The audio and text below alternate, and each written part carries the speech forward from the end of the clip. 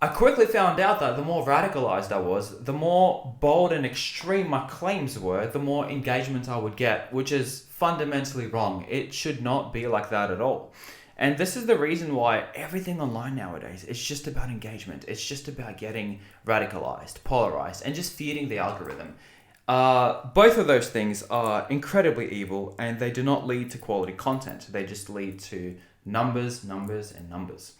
This is why I've said that social media isn't even social anymore. It's engagement media, it's the algorithm media, it's polarizing media, but it doesn't lead to growth. It is so freaking hard to grow nowadays as a content creator. So my best advice would be, if you're in this position, just forget about the numbers. Forget about numbers, followers, all of those things. Just, as cliche as this sounds, do what you want to in terms of your creative direction. And if you're consistent enough, if you're authentic enough, people will eventually click. People will eventually follow, and it will resonate with people. By the time you acquire a decent following, you will have a general rough understanding what works and what doesn't. It's quite pointless to pay for boosts, to pay for promotion. It's alright if you're doing it at the beginning just to test the waters, but if you're constantly having to rely on those, hey, maybe just rewatch your content, see what you would like to change in it, change it, edit it, modify it, and then just keep freaking posting. That's the only thing that truly matters, I believe. Because, as I've said, if you're going to rely on these constant bursts or engagement surges or engagement dips, if you're going to be tracking numbers, then there's not going to be much left of you. That is going to lead to creative burnout, which is something that I've dealt with and I have been dealing with in a while. Well, the reason why yesterday's video exists, which is my first video on this channel, my first long form type of video, is because I got burnt out. I, as of today, do not have enough fucking energy in order to chase the algorithm, in order to keep looking at the numbers, the views, the metrics. It's okay, it can help. But if that's all that you're doing, that is not a good sign. It will lead to emotional and creative burnout. I would say, keep filming, keep uploading, keep posting, and things will be fine. Eventually, things will click. A lot of the times, it's not the fact that your content is bad, it's just that the algorithm doesn't know what the fuck to do with it. And don't rely on a video going viral. That is totally out of your control. If you make something and then it becomes very popular, your next video may completely flop. And the 10 videos after that, what you're going to feel is you will be absolutely emotionally and mentally devastated, and you won't have enough energy. You will try and recreate that video, but a lot of the times nothing will work. Why? Because going viral is completely out of your control. Stop chasing it. Stop chasing the trends. Do what you want to do. And I've been hearing this advice all the freaking time. Become the brand. Don't think about content. Become the content. Don't think about a brand or a product. Become the brand. Become the product. Especially if you're willing on doing something that's, what is the word? Personality driven. Then in that case, who cares? You are the personality. You are the content. That's you. So the more authentic your content will be, direct and straightforward, the more people are going to resonate with it. 1,000,000%. And this is why, I've said this in my previous video, this is why creators like Sam Sulek and many others are getting popularity now. Well, Sam Sulek is pretty famous if you ask me already. But you think he cares about edits or any of those things? Thumbnails? Maybe he did it in the beginning. I just recently started following him, but he should be a very good example as to why you shouldn't be chasing all these, clickbaity titles, thumbnails, these super crisp, sharp edits, subtitles everywhere. It doesn't really matter, man. Just keep being you, and that's it. And at some point, just step away from social media, man. Just go outside. Just go outside, go to the gym, stretch, train, eat properly, read a book, get a haircut, do something about it, clean your room, says me, my room is quite messy, as you can tell, but ignore the light that's masking everything, all the messiness that I have.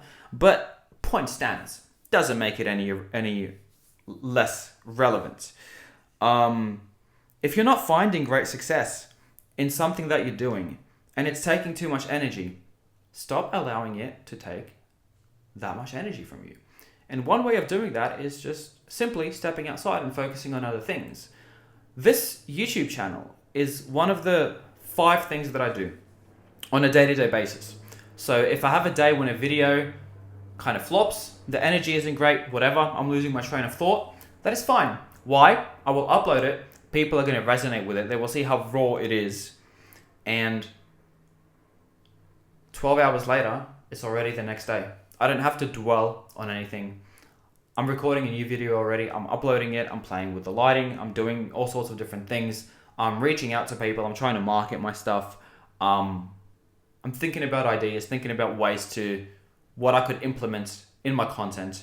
Not just these types of videos, other things that I do in my free time, working on my marketing portfolio, things like that. So you really want to diversify the risks when it comes to creating content.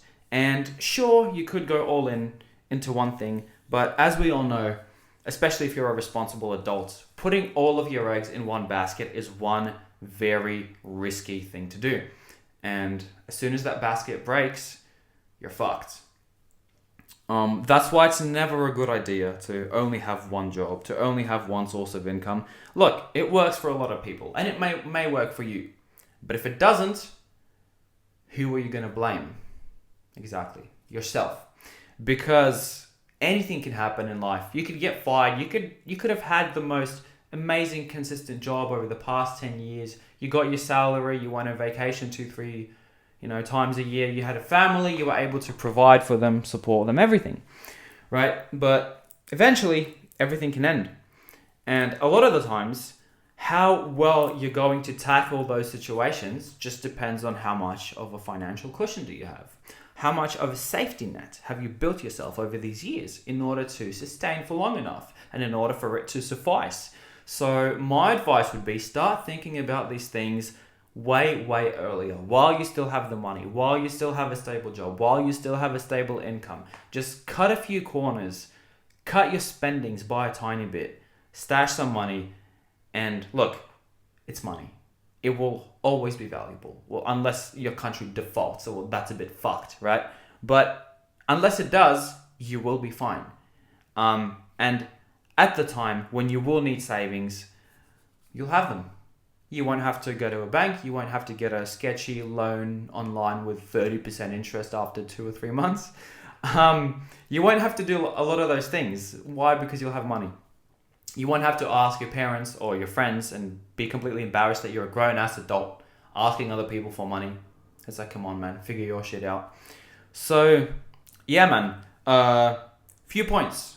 Content, algorithm, AI, not good.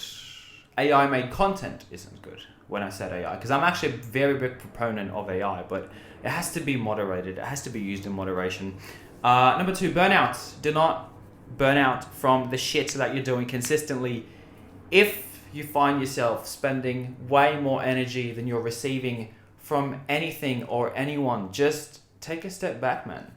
Take a step back, go outside, listen to some birds, watch the sunrise or the sunset, breathe some fresh air, drink some water, hydrate, try and be physically active or mentally active. Go read a book. When was the last time you read a freaking book? Especially before bed. Instead of scrolling Instagram reels all the time or watching this video, which I appreciate, by the way, go read a freaking book, man. Come on. When was the last time you've done that? If you do that on a regular basis, good. But if you don't, come on, man. Reading books is such a good thing for you to do mentally.